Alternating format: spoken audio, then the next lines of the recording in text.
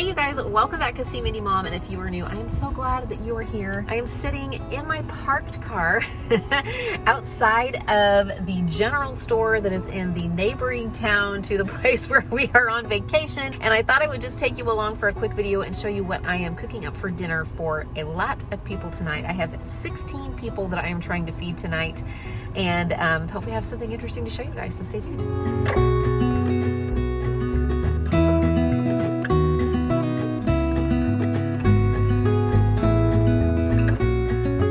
Guys, we are on vacation. By the time you see this, we'll be back. And I found out when we got here that all of the families, my husband's side of the family, so his siblings, us, and his parents, that we were all taking one night to feed everybody. We flew here, everybody flew here, so we did not bring anything with us. One of the challenges is that I'm trying to feed a lot of people, and we have a lot of different food preferences. We have some vegetarians, we have some picky eaters, we have some kids, we have some hungrier people, some not so hungry people, but also we're kind of limited, like I said, not just with stores. Like I don't have a big grocery store to go and shop at. I'm just at a local general store, which actually had quite a few of the things that I wanted at a much higher price point, but still going to be cheaper than going out to eat. But also we're limited in our kitchen because we're in like a timeshare, like a condo, like a rental property. So I don't have a lot of like cooking amenities, and I don't have a pantry full of staples to go to. We have a little bit of oil and butter and salt and pepper from previous meals that everybody has made. And we do have some things that we are trying to use up. We have like some bread and some tortillas and stuff. So I think that's going to come into play. But for the most part, you know, I'm working with a little bit more limited kitchen and utensils than I would usually have. So I'll show you what I'm throwing together. Maybe it gives you an idea for a meal that you can throw together whenever you're on vacation, because I think what I'm doing would be pretty versatile and probably the kinds of ingredients that you could pick up at lots of, like, you know, small or big city or small town grocery stores. Okay, so here's the situation with tonight. We have a whole bunch of tortillas that were left over for a lunch that was brought to us, and I was thinking in my head, I should do like burritos or quesadillas or something like that. But I also felt like that wasn't going to be an entire meal for 16 people, so I would probably need to come up with some other things to have on the side. But the other thing that we have going on is a family portrait that is happening at like 7 o'clock in the evening. So I knew that some people might want to eat before and some people might want to eat after. And so it would need to be something maybe that doesn't have to be eaten right away, you know, that wouldn't need to just be eaten as soon as it comes out of the oven or off the stove or whatnot. And the other thing that I was battling was the fact that produce was so expensive. So I was trying to think of how I could make something delicious and fresh and include some vegetables. But when I went to a grocery store on our way up the mountain and I saw that Roma tomatoes were $2.98 a pound, whereas in Oklahoma they're 98 cents a pound, I was like, whoa, okay. And I was expecting things to be pricier. I mean, we're in an area where it's harder for food to get to, so I was expecting to kind of pay, you know, an upcharge. Again, I was really just trying to be as thrifty as I could be, but then still make something we all want to eat and something that can be eaten in shifts and by people who have lots of different food needs and preferences. But one of the things that I noticed in the store and in every store that I've been in since I've been here is that corn is relatively cheap. It was 50 cents an ear. It was actually 49 cents an ear in the little general store I was in. And I thought maybe to go along with the quesadillas, I could do some kind of like Mexican style corn chowder. I picked up some potatoes and I picked up 5 ears of corn. I got some broth and some half and half, 1 can of Rotel, and I thought that I would, you know, make a really delicious chowder with that. Now, I debated whether or not to use frozen corn instead of fresh corn, but I thought, you know, it's summer and this is a season, it's inexpensive, so I'm gonna go ahead and use the fresh. And I also debated whether or not to use hash browns, like frozen hash browns instead of regular russet potatoes, because I wasn't sure that we would have a potato peeler in this limited kitchen that we're working with. But I thought, I'll just use a knife to peel them. But as it turns out, they do in fact have a potato peeler among the very few things that are here in this utensil drawer. And of course they included a wine cork, which I'm very grateful for. Now, to season this, we basically just have salt and pepper and whatever seasoning the food is providing. I just think this is so funny. This is like COVID time salt and pepper. Do you remember, if you have stayed in vacation properties before, a lot of times if you're like renting a condo or a townhouse or something, there'll be like leftover spices and stuff that people have left behind for you, or they'll at least have, you know, salt and pepper, maybe a little sugar. Not anymore. They have to clear everything out now because of COVID, but this is like their answer to COVID times, is to have these tiny little salt and pepper things that are disposable, but they then just put new ones in whenever people leave. But fortunately, somebody picked up a few salt and pepper shakers whenever they were at the grocery store. I'm gonna use all of this stuff, broth, half and half, the rotel. Gonna take the corn off the cob, but I'm not gonna cook it. Gonna peel and dice the potatoes. I'm gonna put all of that in a pot with some salt and pepper. I'm gonna let it simmer for a while and we'll see what we have. To top that, this would actually kick up some of the flavor as well. It's from Cabot and it's a habanero cheddar cheese. And I thought that might be really good on top of it as well.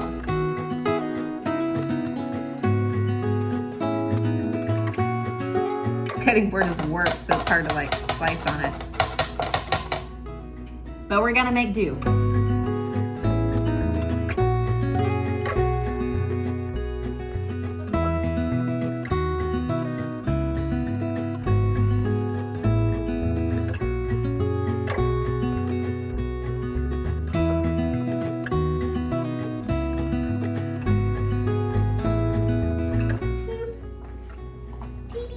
Salt and pepper.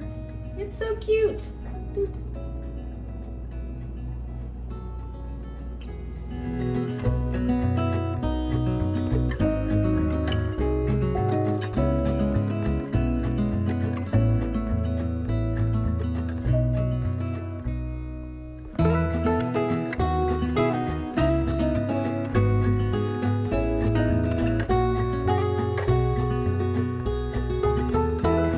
What I'm making now are some quesadillas, some type of situation. I'm sure you guys have seen on YouTube or Pinterest or TikTok the tortilla trick, where you take a large tortilla, you take a pizza cutter, you slice it just to the center, and then you put different things in the quarters, and then you fold it up like this, and then you put it in the skillet.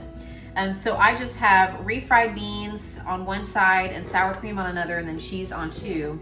And so all of these are what you just saw with the refried beans and the cheese and the sour cream. These are just beans and cheese, because I know some people won't want sour cream. And I'll probably make a few just plain old quesadillas with just cheese, because we'll have some kids who want those too.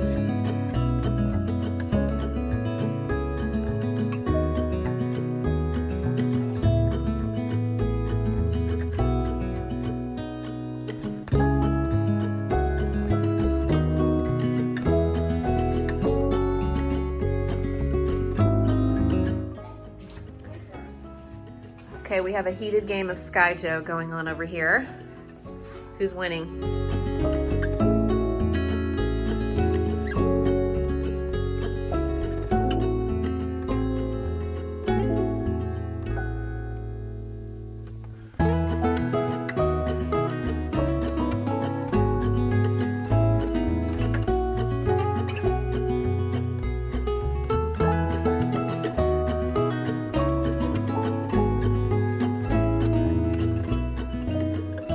Okay, so the 2-ingredient dessert hack that I'm trying is this. I've seen this on Pinterest. I've wanted to try it out. It is a ready-made can of cinnamon rolls and 1 can of pie filling. I chose the apple. I felt like that would go the best with cinnamon rolls.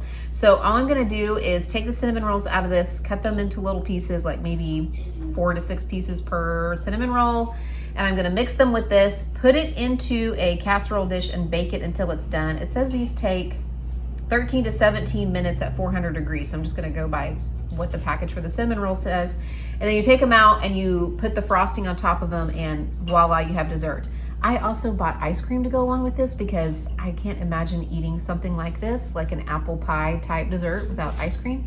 So we'll give that a try. And I did buy 2 of each, because with 16 people, this certainly isn't gonna be enough, but we're gonna get those going too, and we'll report back and let you know how it is. Okay, who else dreads this? Be honest now. Boop. Got it. Haha.